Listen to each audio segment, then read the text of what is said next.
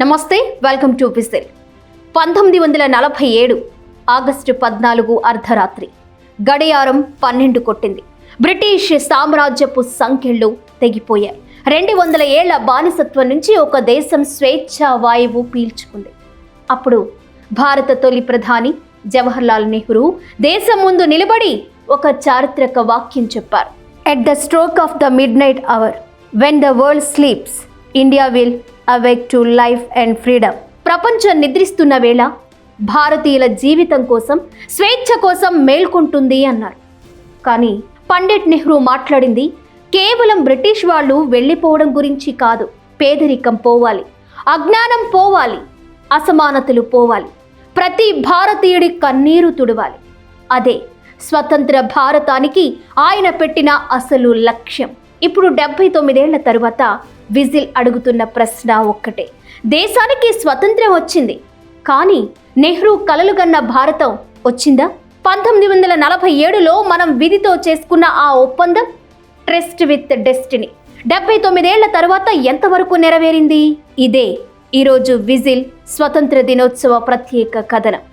విధితో మన ఒప్పందం, trust with destiny. Pandit Nehru ప్రసంగం నుంచి ఈ భాగం. 1947 ఆగస్టు 14 అర్ధరాత్రి ప్రపంచ నిద్రలోకి జారుకుంటున్న వేళ భారతదేశం మాత్రం కొత్త జీవితం కోసం, స్వేచ్ఛ కోసం మేల్కొంది. చరిత్రలో కొన్ని క్షణాలు అమృత క్షణాలుగా మిగిలిపోతాయి.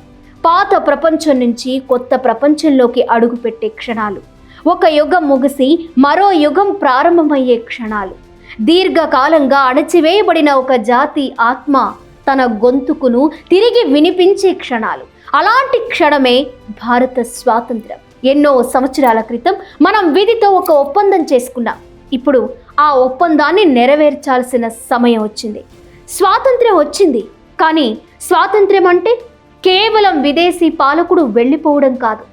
స్వాతంత్ర్యం అంటే బాధ్యత. స్వాతంత్ర్యం అంటే ప్రతి భారతీయుడి కన్నీరు తుడవడం. పేదరికాన్ని అంతం చేయాలి, అజ్ఞానాన్ని తొలగించాలి, వ్యాధులను ఎదుర్కోవాలి, అవకాశాల్లో అసమానతలను తగ్గించాలి. దేశంలోని ప్రతి మనిషికి న్యాయం, గౌరవం, అవకాశం అందాలి. ఎందుకంటే ఒక్క మనిషి కంట్లో కన్నీరు ఉన్నంత కాలం మన పని పూర్తయినట్లు కాదు. భారతదేశానికి సేవ చేయడం అంటే కోట్లాది భారతీయులకు సేవ చేయడమే. బాధపడుతున్న వారికి అండగా నిలవడం, పేదరికాన్ని ఎదుర్కోవడం, ప్రతి పౌరుడికి తన జీవితాన్ని గౌరవంగా నిర్మించుకునే అవకాశం కల్పించడం. ఇది ఒక్క రోజులో పూర్తయ్యే ప్రయాణం కాదు.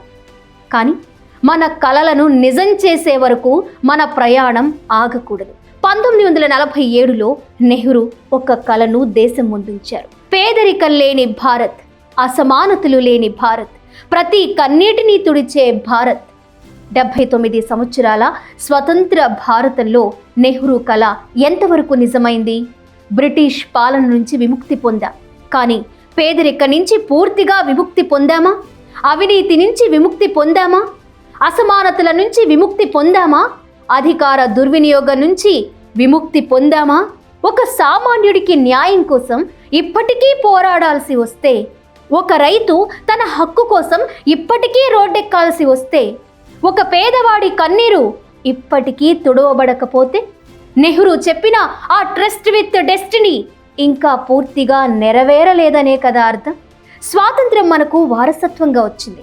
దాన్ని అర్థవంతం చేయడం మన బాధ్యత. ప్రశ్నించడం దేశద్రోహం కాదు. ప్రజల తరపున ప్రశ్నించడం ప్రజాస్వామ్య బాధ్యత. నిజం కోసం.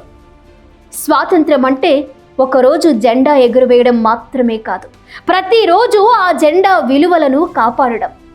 దేశాన్ని ప్రేమించడం అంటే ప్రభుత్వాన్ని ప్రశంసించడం మాత్రమే కాదు, తప్పు జరిగినప్పుడు ప్రశ్నించడం కూడా దేశభక్తే. ఒక రైతుకు న్యాయం జరిగినప్పుడు, ఒక పేదవాడికి గౌరవం దక్కినప్పుడు, ఒక మహిళ భయం లేకుండా నడిచినప్పుడు, ఒక యువకుడికి ప్రతిభకు తగిన అవకాశం లభించినప్పుడు, ఒక సామాన్యుడి గొంతును అధికారం వినగలిగినప్పుడు, అప్పుడే స్వాతంత్ర్యానికి నిజమైన అర్థం. మనకు స్వేచ్ఛను అందించడానికి ఎందరో తమ జీవితాలను త్యాగం చేశారు. వారు మనకిచ్చింది కేవలం స్వతంత్ర దేశం కాదు, దాన్ని మరింత గొప్ప దేశంగా తీర్చిదిద్దాల్సిన బాధ్యతను కూడా. కాబట్టి మనం ఏ పార్టీకి చెందిన వారమైనా, ఏ ప్రాంతానికి చెందిన వారమైనా, అన్నిటికంటే ముందు మనమంతా భారతీయులం. విభేదిద్దాం, కానీ ద్వేషించుకోకూడదు. ప్రశ్నిద్దాం, కానీ ప్రజాస్వామ్యాన్ని బలహీనపరచకూడదు. హక్కులను కోరుదాం, బాధ్యతలను మరచిపోకూడదు. నెహ్రూ చెప్పిన ట్రస్ట్ విత్ డెస్టినీ ఒక్క అర్ధరాత్రితో ముగిసిన ఒప్పందం కాదు.